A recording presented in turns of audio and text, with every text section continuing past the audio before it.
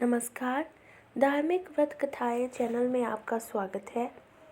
आज मैं आपके सम्मुख अहोई अष्टमी व्रत के पूजन की विधि और कथा के बारे में बताऊंगी। बोलिए श्री गणेशाय नमः। यह व्रत कार्तिक लगते ही अष्टमी को किया जाता है। जिस वार की दीपावली होती है, अहोई आठें भी उसे वार की पड़ती है। इस व्रत को स्त्रियां ही करती हैं जिनके संतान होती है। बच्चों की माँ दिन भर व्रत रखती है।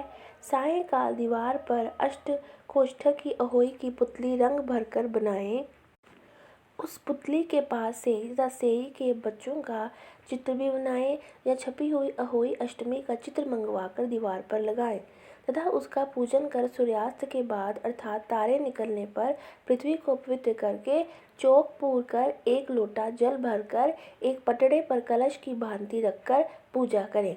अहोई माता का पूजन करके माताएं कहानी सुने। पूजा के लिए माताएं पहले से चांदी की अहोई बनाएं जिसे स्याऊ कहते हैं और उसमें चांदी के 2 दाने मोती डलवा दे। जिस प्रकार गले में पहनने के हार में पेंडल लगा होता है, उसी की भांति चांदी की अहोई डलवाकर और डोरे में चांदी के दाने डलवा लें। फिर अहोई की रोली चावल दूध व भात से पूजा करें। जल से भरे लोटे पर सतिया बना लें। एक कटोरी में डालकर तथा रुपये का बायना निकाल कर रख लें और 7 दाने गेहूं के लेकर कहानी सुने। जो बायना निकाल कर रखा था उसे सासू के पांव हाथ लगाकर आदरपूर्वक उन्हें दे देवें। इसके बाद चंद्रमा को अर्घ्य देकर स्वयं भोजन करें। दिवाली के बाद किसी शुभ दिन अहोई को गले से उतारकर उसका गुड़ से भोग लगावें और जल के छींटे देकर मस्तक झुकाकर रख दें। जितने बेटे हैं उतनी बार तथा जितने बेटों का विवाह हो गया है उतनी बार चांदी के 2-2 दाने अहोई में डालती जावें। ऐसा करने से अहोई माता प्रसन्न होकर बच्चों की दीर्घायु करके घर में नित्य नए मंगल करती रहती है। इस दिन पंडितों को पेठा दान करने से फल की प्राप्ति होती है। आगे बताते हैं हम अहोई का उद्यापन कैसे किया जाता है।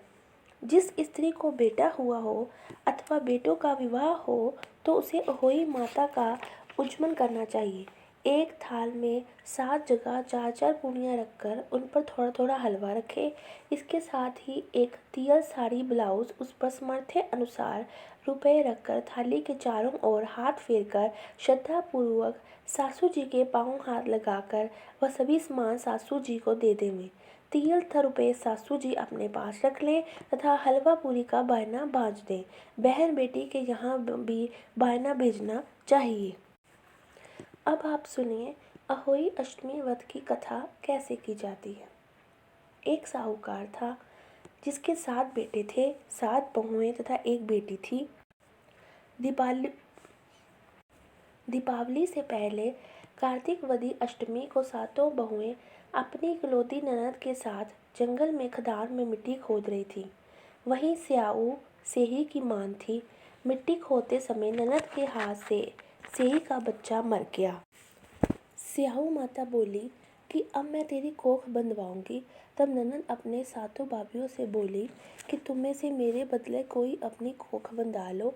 सब भाभीियों ने अपनी कोख बंधवाने से इनकार कर दिया, परंतु छोटी भाभी सोचने लगी यदि मैं कोख नहीं बंधवाऊंगी तो सासू जी नाराज होंगी।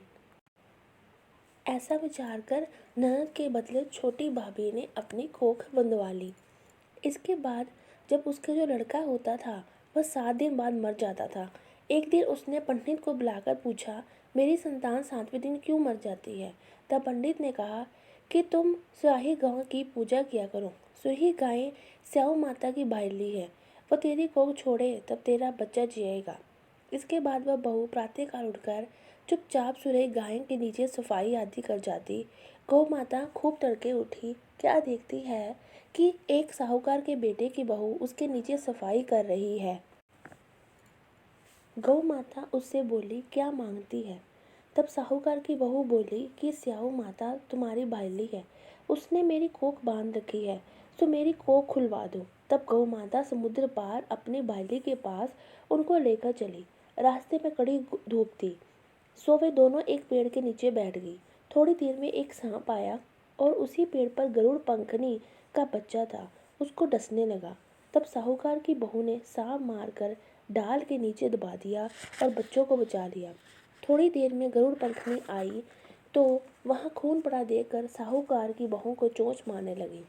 तब साहूकार ने बोली कि मैंने तेरे बच्चे को नहीं मारा, बल्कि सांप तेरे बच्चे को डसने आया था। मैंने तो उससे तेरे बच्चे की रक्षा की है। यह सुनकर गरुड़ पंखनी बोली कि मांग, तू क्या मांगती है? वो बोली, 7 समुद्र पार स्याऊ माता रहती है, मुझे उनके पास पहुंचा दे। तब गरुड़ पंखनी ने दोनों को अपनी पीठ पर बिठाकर स्याऊ माता के पास पहुंचा दिया। स्याऊ माता उन्हें देखकर बोली कि आ बहन, बहुत दिनों में आई। फिर कहने लगी कि बहन, सिर में जू पड़ गई है। तब सुरही के कहने पर साहूकार की बहू ने सिलाई से उसकी जुएं निकाल दी। इस पर स्याऊ माता प्रसन्न होकर बोली कि तूने मेरे सिर में बहुत सिलाई गिरी है, इसलिए तेरे 7 बेटे और बहू होंगी।